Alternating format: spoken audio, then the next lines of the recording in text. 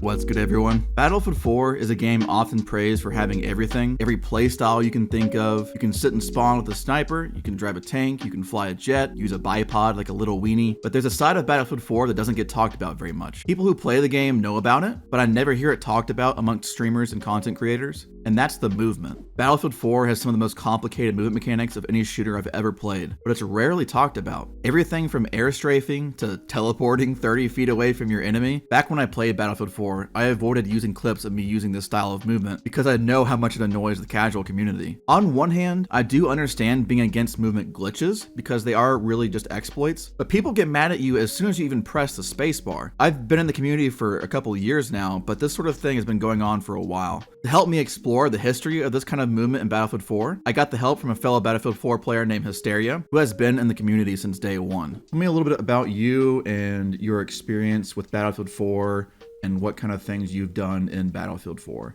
I have played since beta, or well, since alpha, close test, and I have 10, 11, 12,000 hours in the game at this point. Dabbled in competitive scene long time ago. I'm also currently part of Battlefield Agency as a founder, which is one of the two largest anti-cheats for the game currently. You've been around for a while. What happened to the competitive scene? Did it slowly die out, or was there some kind of controversy, or what? Yeah, it sort of did just fizzle out a bit. The Battlefield has never been particularly a huge competitive scene, or rather a particularly big competitive game.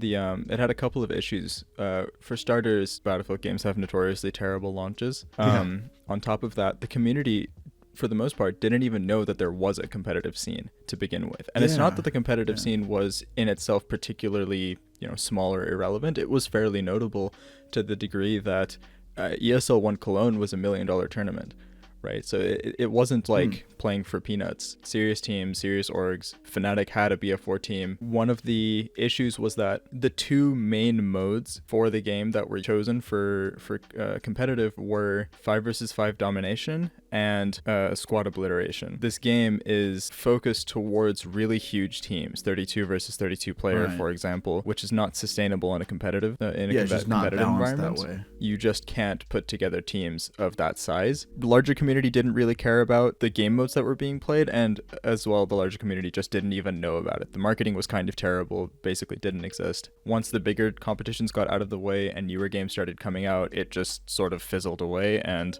that was kind of the end of it. People moved on. There is a reason kind of why I'm making a video on movement, because it's kind of the core mechanic in the competitive scene. And I do think there is a disconnect between the general audience and like the tryhards of Battlefield 4. People don't realize just how complex the movement system is in the game. And I think there's potential there for future games, and I think it's been forgotten about. There's so many insane players in Battlefield 4 that have mastered the movement, and it's honestly fun to be able to jump around and air strafe and do all that sort of thing and really master the movement. I think there's something there, and that more people should know about it. There's a talk right now of why Battlefield 4 was so good, and I think that is a huge reason for it, and maybe possibly reintroduce that style of movement into future games. I'm going to jump ahead a little bit here, and we'll kind of go back and talk more about like specifics of movement. But do you think that sort of movement system that is in Battlefield 4 would be a good thing to add to future Battlefields?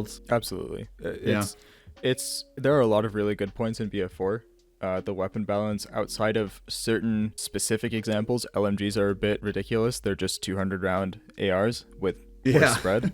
I use the MG4 pretty regularly in like locker servers. Yeah, it's insane. I have 9 KPM with the MG4. It's stupid.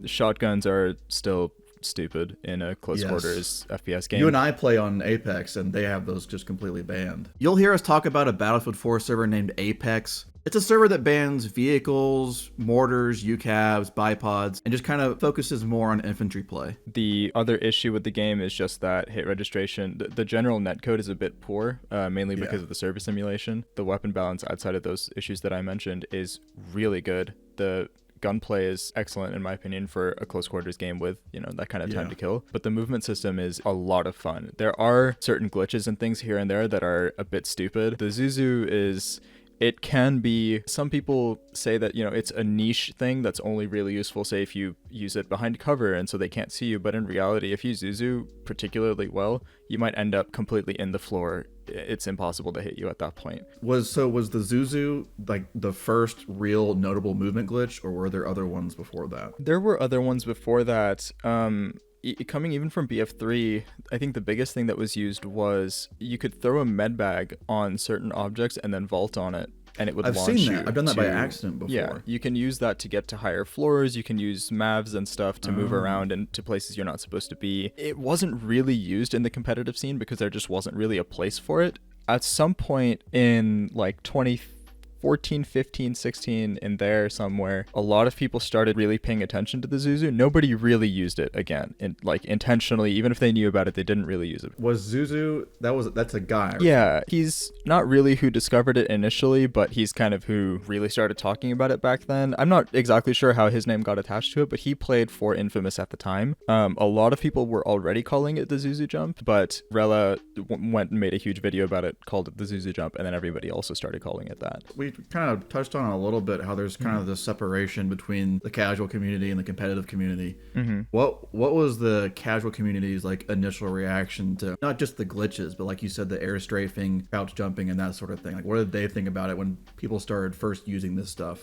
The casual community, I mean, casual is an understatement. This game is the type of game that people come home from, like 28-year-olds come home from work and sit down and play with their friends. No headphones on, just playing on speakers, Yeah. So the percentage of the community actually using this stuff is minuscule by comparison. That kind of community, when they see people doing air strafing and stuff, they don't really know how to handle it. They don't really know what's going on. They get pretty lost. Nobody really uses it themselves outside of that. Like, oh, it's like unrealistic, or it's annoying, or it's like calling people bunny rabbits, that sort of thing. Exactly. Oh, you're bee hopping. It's like, that's literally not possible in this engine. You don't know what that is. That's part of why I'm making the video, because I think those glitches do kind of get brought into the same conversation when it comes to movement, even though it more just muddies the water than anything, because I think there really is something there with the air strafing and crouch jumping and all that sort of thing that really hasn't been attempted since. Something you mentioned earlier where they're like, oh, it's too arcadey, or it's unrealistic. There's a lot of this game's community that plays it because the game is realistic, which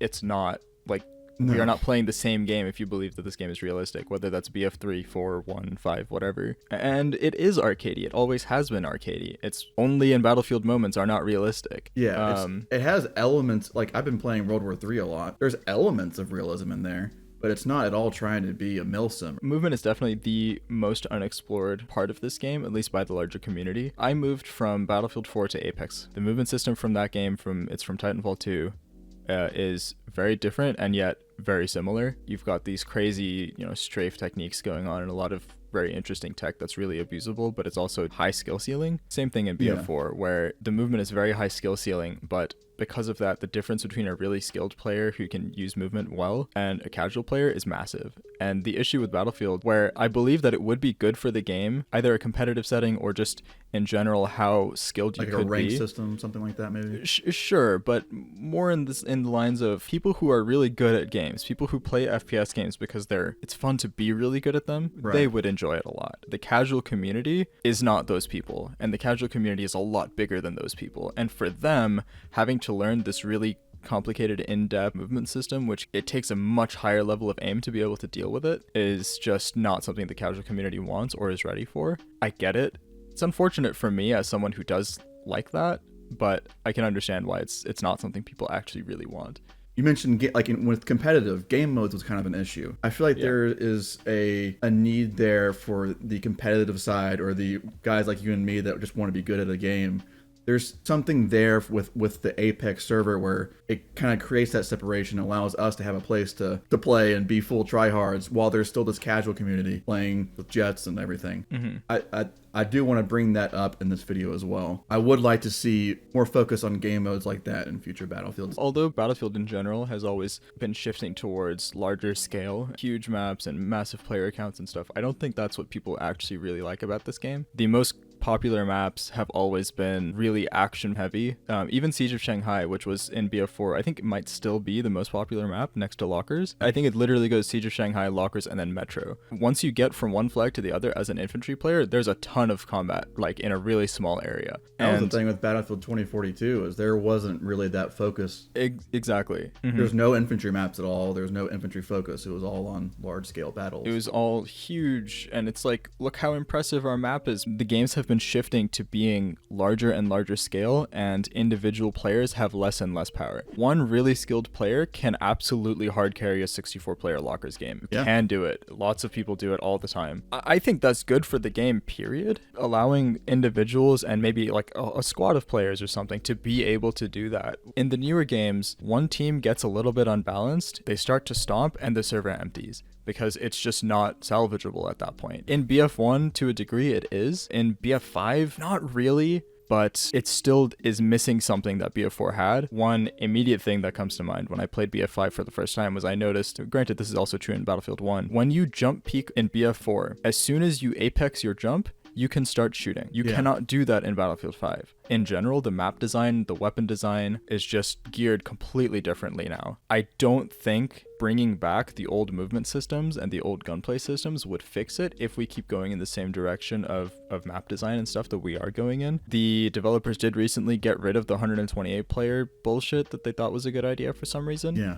I think if you added the old movement system into the new game, I don't think anything would change. I think it would still be terrible for a number of reasons. One of the things that made BF4 really good, even completely outside of skill ceiling wise, is that every weapon had a niche. And there were often 1 or 2 or 3 different weapons in a given niche that were slightly different from each other that you could pick. If you're playing Lockers, AEK and like, I guess shotguns, depending on the server, are very common, but the FAMAS is better than the AEK in close quarters. But you still see people use the AEK because it has a little bit more versatility, a little bit more range. You still see people use the SCAR H and the Ace 23 that are decent in close quarters, but have better medium range performance. And there's a lot you can do, even if people don't choose to do it. If you want to, you really can go and do something totally different on the same map. The takeout from that is that variety is what's really important. Definitely. In playstyle and in weapons, content, everything. I agree. Yeah, 100%. Because if people complain about 2042 saying, there are no weapons in this game. A fraction of a fraction compared to what's available in BF4. Even if the meta in BF4 says you should use certain weapons and you should use certain attachments on those weapons, the degree of customizability is completely on another level. It's totally different. And in the new games, it's not just disadvantaged. It feels completely stupid to use anything other than what is meta. I'm mostly a sniper. That's mostly what I've done most of my life. And in Battlefield 4, there's 9 snipers, and they're actually viable in a bunch of different situations. When I play locker servers, I can use a Scout Elite because it has such good hip fire. I can just run around with a Scout Elite and actually compete with these guys. But yeah, the newer games just force you into very specific roles that you can't really break out from without being totally useless. And then the map design is, Thank you very much to Hysteria for lending me his time. It confuses me how little the movement in this game gets brought up when talking about why it's so great. I feel like a lot more people would give this game a chance if they knew how high the skill ceiling really was, and then we might possibly have a similar movement style reintroduced into future Battlefield games. But that's all I have for you guys today. If you enjoyed the video, make sure to leave a like and subscribe. It helps me out quite a lot. And let me know what you think about this style of movement in the comments below. See ya!